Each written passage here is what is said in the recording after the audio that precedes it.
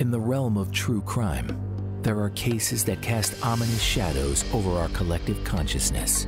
These are the mysterious, disturbing crimes where the identities of perpetrators are hidden, concealed, even through the relentless passage of time. These are the cases where the perpetrator remains unknown and justice remains unserved. Welcome to Perpetrator Unknown, the podcast that dives deep into the abyss of these bone-chilling narratives and unsolved crimes. We are here to illuminate the darkness, to unearth answers to the mysteries that have confounded investigators, fractured families, and left communities haunted for years. I'm your host, LA. Join me as we journey into the heart of these mysteries. Together, we'll review the facts of the case, piece together evidence, analyze the crimes, and explore the lives forever altered by the events we'll uncover. In this inaugural series, we delve into a year that started with promise, but descended into darkness. Beneath South Florida's sunny exterior and facade of tranquility, a sinister underbelly emerged, spawning a sequence of events that continue to elude comprehension. In Season 1, we dig deep into a collection of heinous crimes that remain unsolved to this day. Although we cannot assert that these events are definitively connected, there are eerie similarities and uncanny parallels, notably their common origin in 2007 at the upscale Town Center Mall in Boca Raton, Florida. In today's installment, we learn about the first case in this series, an unlikely victim, a loving wife and mother taken far too soon under both horrifying and mysterious circumstances. As we immerse ourselves in the intricate tapestry of details, remember that behind every open case lies a victim and a family waiting for justice. So fasten your seatbelts as we set forth on a voyage into the shadows. This is Perpetrator Unknown. As we revisit the tragic events of over 16 years ago, let's set the stage in 2007, a year when Apple's first iPhone hit the market. Keeping Up with the Kardashians premiered on the E! Cable network. And on March 23rd, the day when our story begins, Fergie's Glamorous topped the music charts. But on that Friday, when 52-year-old Randi Gorenberg visited the upscale Town Center Mall in Boca Raton, Florida, it was a John Legend CD that she purchased. She had watched him perform that day on a morning show and knew that she wanted to get her hands on his album, so off she went to the mall. Those close to Randi knew that she was just that kind of person. They described her as someone who had boundless energy and a zest for life. She had a selfless nature and was deeply devoted to her friends and family. In fact, those around her often confided in her with their problems, finding comfort in her presence, and Randi consistently made time to listen and offer a helping hand. Simultaneously, as her children were growing up, she had fully committed herself to being a nurturing and engaged stay-at-home mother. Her dedication extended to volunteering at her children's schools, where she generously contributed her time and support. Nevertheless, with the arrival of 2007, Randi's children were young adults, and while they were still the center of her world, their need for her constant care and attention had lessened. Originally from Brooklyn, New York, Randi crossed paths with her future husband, Stewart, at a popular local spot known as the Alley. Their union was formalized in 1979, and in the early 80s, they made the move to South Florida once Stewart had completed chiropractic school.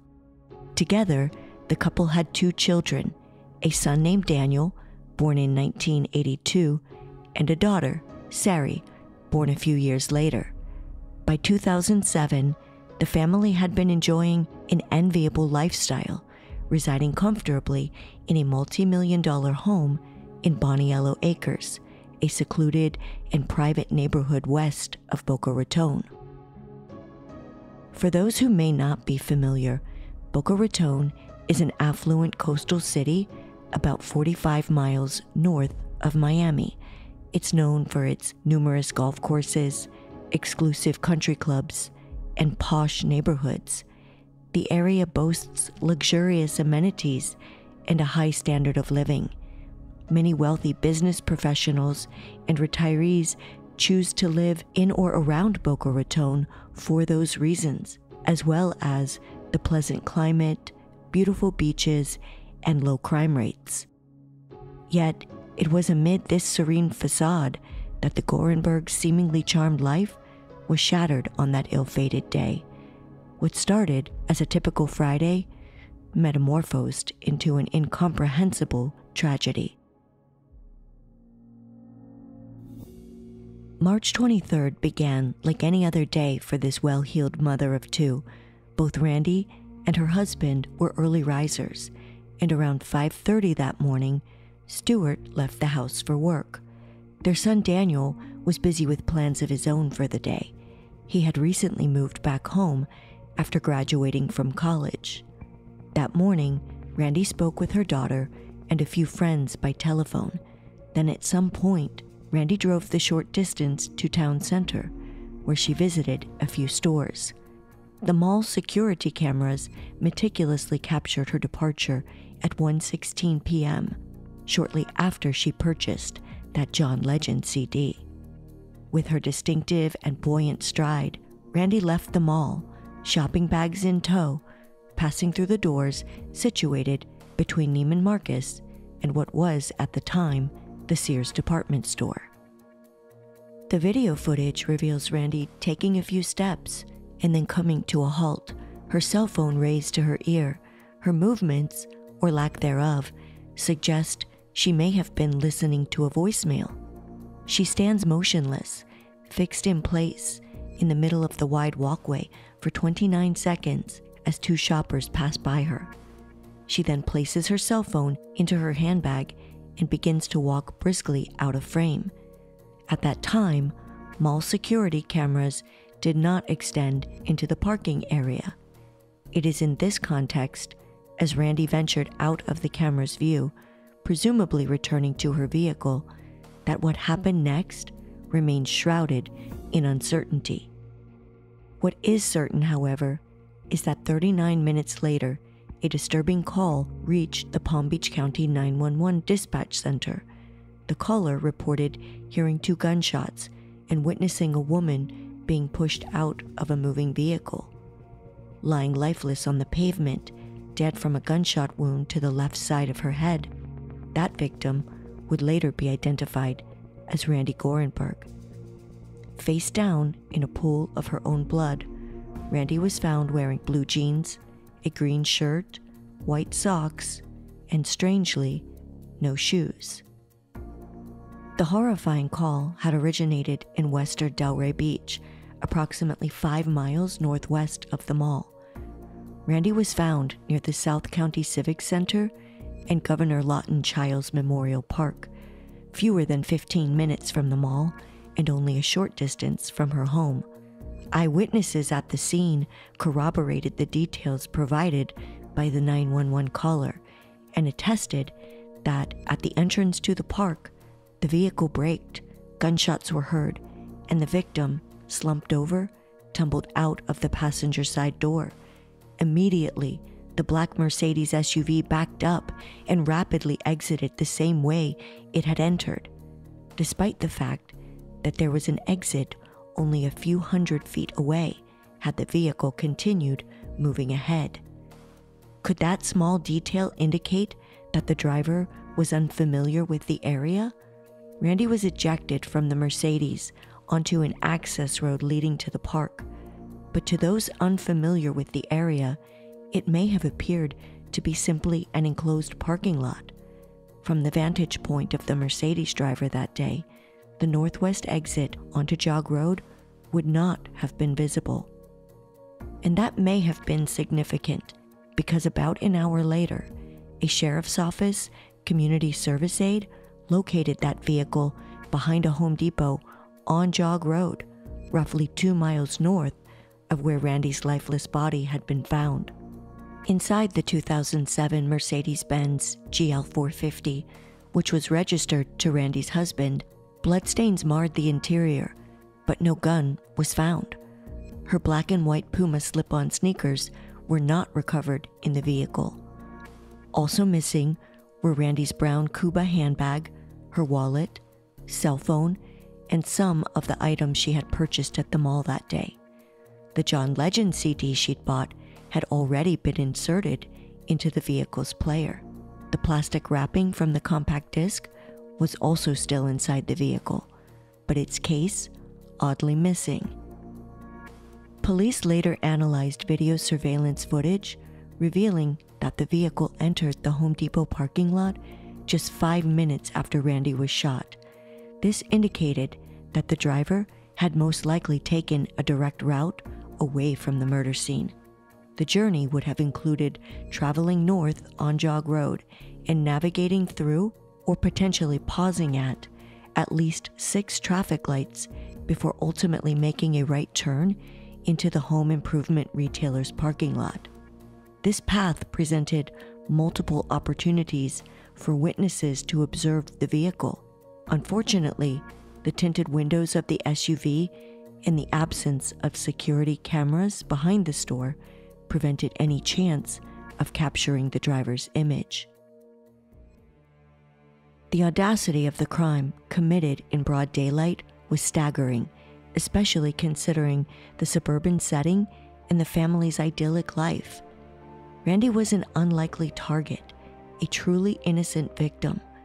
She was a well-respected member of Boca Raton's tight-knit Jewish community, a loving mother to her 2 adult children, a dedicated philanthropist, and the wife of a successful doctor. Her mother, Ida Elias, affectionately described her as down-to-earth and basic, clearly intending to convey Randi's genuine and unpretentious nature. It appears that despite her own financial well-being, Randi placed more value on people and experiences than on material possessions. Ida went on to share that Randi rarely shopped for herself, instead usually focusing on others. Randi loved people, and people loved Randi. She effortlessly wove profound connections with those in her orbit. Her capacity to authentically engage with people underscored her innate compassion and empathy. In tandem, Randi harbored a deep respect for nature, seeking comfort and drawing inspiration from its breathtaking beauty. This reverence extended to her love for the beach, finding solace in the sand and the rhythmic cadence of the waves. Daily walks were a cherished ritual, reflecting the integral role nature played in her routine. Randi's affection for flowers, particularly orchids, mirrored the warmth she exuded in her relationships. Each bloom symbolized her ability to cultivate meaningful connections, much like the delicate and intricate relationships she nurtured with those around her. The stark contrast between Randi's kind, loving character and the brutal circumstances of her murder left so many gnawing questions. Who would want to harm someone so compassionate and genuine? Was this a carefully orchestrated murder for hire, a random act of violence, or something else entirely? What was Randi thinking in her final moments, experiencing the fear and the tragic awareness that her life was about to be taken from her? When deputies from the Palm Beach County Sheriff's Office arrived at Randi's home only 2 hours after the homicide, they encountered her son Daniel's odd, even suspicious behavior. Before detectives notified the family that Randi had been killed, they watched surreptitiously as Daniel hastily parked his Volkswagen in the family's garage, grabbing a spray bottle and paper towels from his trunk. What was he doing? Were these items cleaning supplies for the house, or did they perhaps serve another purpose? Still waiting to deliver the unfortunate news about Randi, investigators continued to watch as Daniel later paced the driveway, smoking a cigarette and running his hands nervously through his hair. Their suspicions were undoubtedly increasing. According to a later search warrant, investigators believed that Daniel was displaying visible signs of stress that afternoon. A short time later, when the police knocked on the door of the family home and broke the devastating news of Randi's death to her husband Stewart, his response was perplexing. Despite his seemingly genuine tears of sorrow, investigators couldn't help but find his behavior unusual, certainly not typical of a grieving spouse. Unfortunately, specific details regarding the curious conduct Stewart displayed have not been disclosed by law enforcement. As internet sleuths scrutinized the case, suspicions pointed squarely at Stewart's potential involvement in the shocking crime. However, for family members, this idea was simply unimaginable. Jerry Mallitz, Randi's brother, discovered these rumors online shortly after learning about his sister's tragic death. In response to the accusations aimed against his brother-in-law, Jerry expressed doubt that Stewart could have any connection to the crime, emphasizing the happiness, laughter, and positive interactions he observed between Randi and Stewart. Additionally, Jerry mentioned that his sister did not have a life insurance policy. At the time of the tragic incident, Randi's daughter Sari was 4 hours away at the University of Florida in Gainesville, where she was matriculating. Despite the geographical distance separating them, the 21-year-old and her mother remained extraordinarily close. In fact, Sari had been attempting to contact her mother throughout the day unsuccessfully. The calls were going straight to voicemail. A mounting sense of unease made her suspect that something was amiss, though the full extent of the situation was beyond her darkest imagination. As her father was making his way to Gainesville with a friend that evening to personally deliver the news, Sari instead received word of her mother's brutal murder through a text message about 30 minutes before he arrived.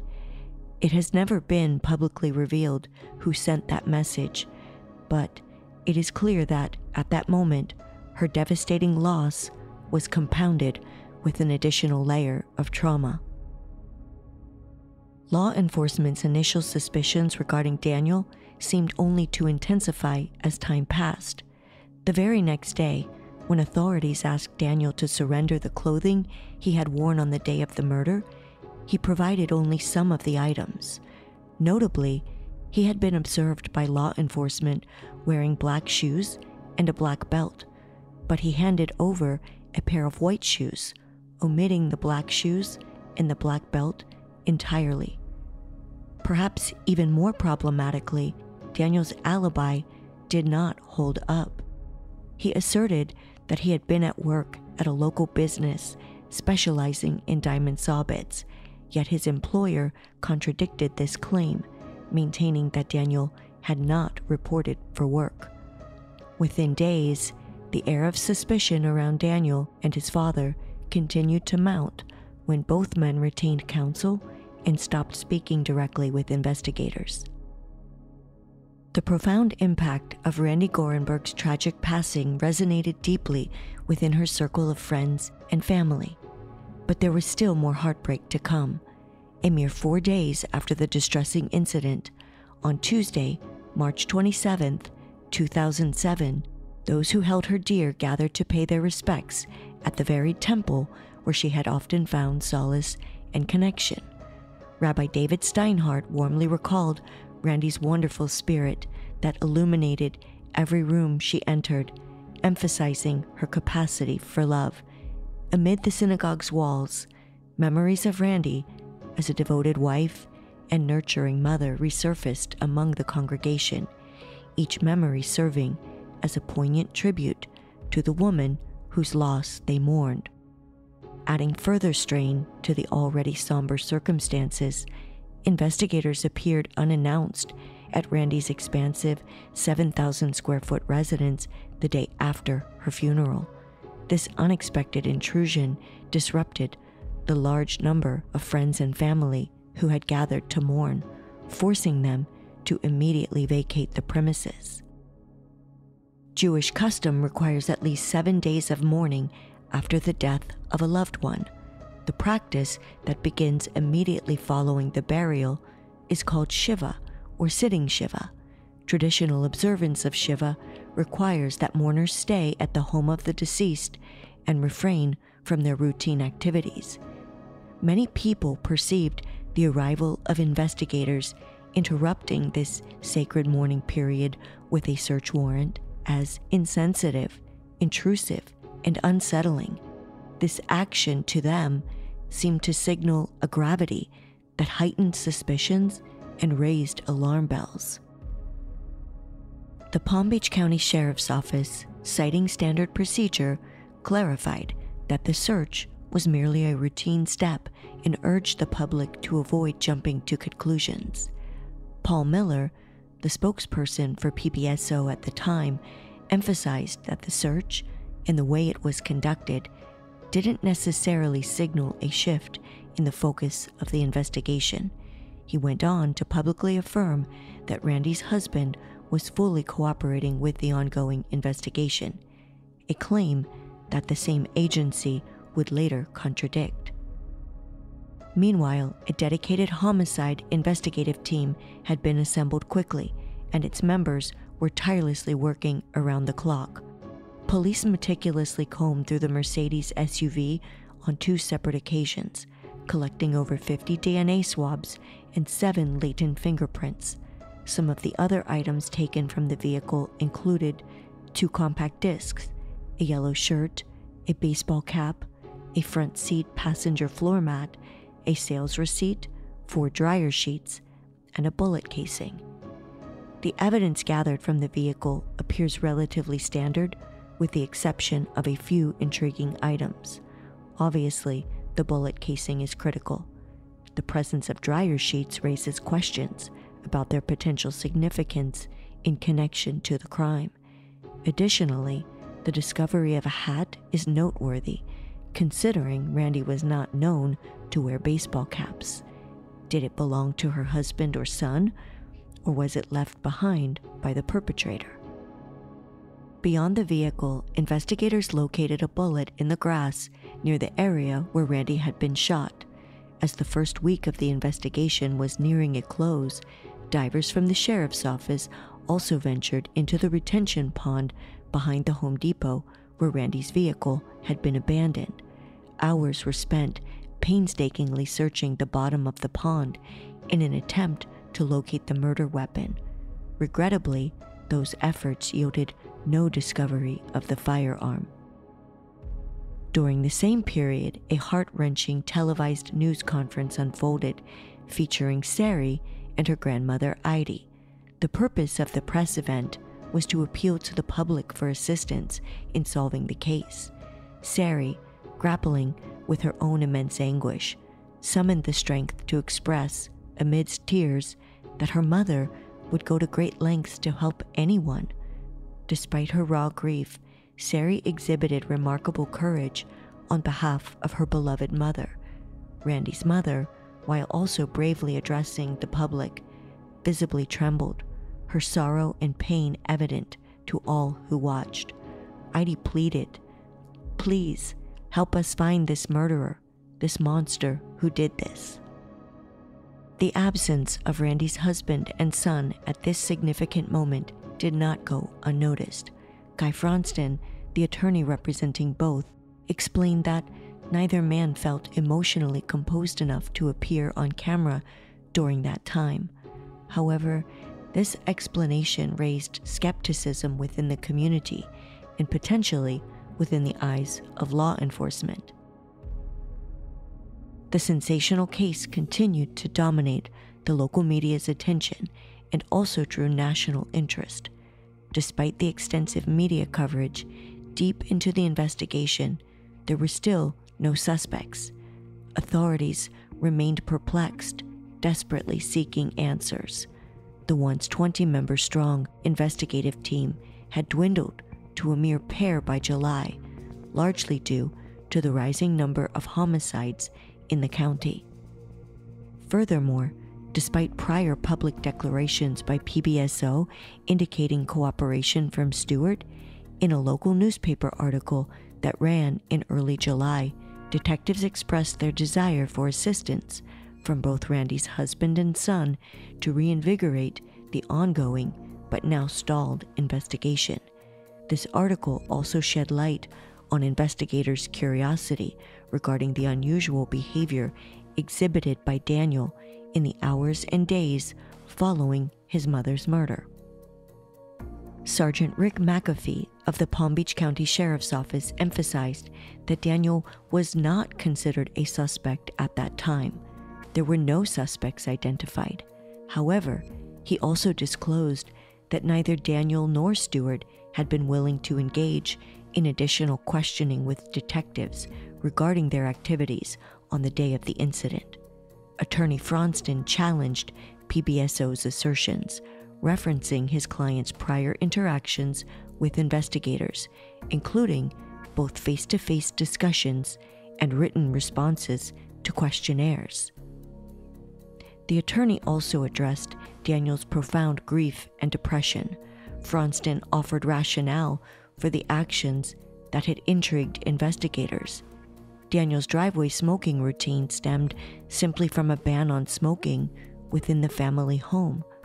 Addressing the concerns over clothing, he conveyed that Daniel had fully cooperated, relinquishing all that he possessed, while also alluding to the multiple searches of the Gorenberg residence by law enforcement.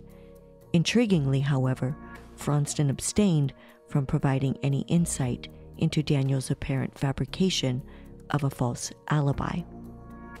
While the attorney strove to protect his client's public image, there was little he could do at that point. In a short span of time, the life of Daniel Evan Gorenberg began to unravel dramatically in a highly public manner, marking the onset of a distressing series of events. On August 27, 2007, a mere 5 months after the tragic murder of his mother, Daniel found himself arrested on felony charges, in custody for attempting to acquire Xanax through a forged prescription. His mugshot, widely featured in local media, unveiled a vacant stare. Whether this empty gaze was a result of drug use or the enduring anguish from losing his mother, it was undoubtedly a situation marked by one tragedy compounding upon another. Nonetheless, this incident served as a catalyst, compelling investigators to delve deeper into his medical and prescription medication history, likely as a strategic maneuver to motivate his cooperation. As investigators from the PBSO Pharmaceutical Crimes Unit scrutinized Daniel's prescription history, their counterparts examined his circle of friends and associates. DNA samples from at least 8 of these individuals were compared to the DNA collected from the Mercedes, but no matches were found. Through interviews with these friends and associates, allegations emerged that Daniel may have been involved in drug dealing and other questionable activities, such as pawning jewelry. According to police records and related interviews, on the day of the murder, one of Daniel's companions recounted that he and another friend had a woman's ring they were attempting to pawn. Another account suggested that on that same day, Daniel and a friend had split Xanax pills she obtained in the morning. However, beyond these details specific to the day of the murder, further disclosures emerged in the interviews.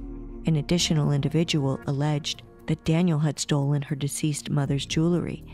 In a separate incident, another female friend recalled Daniel giving her a diamond ring, only for him to reclaim it later, cautioning her not to inform his father. She shared her belief with detectives that the killer was one of what she described as Daniel's drug-type friends. These revelations painted a complex and intriguing portrait of the people and activities surrounding Daniel, further fueling the investigation into the tragic case.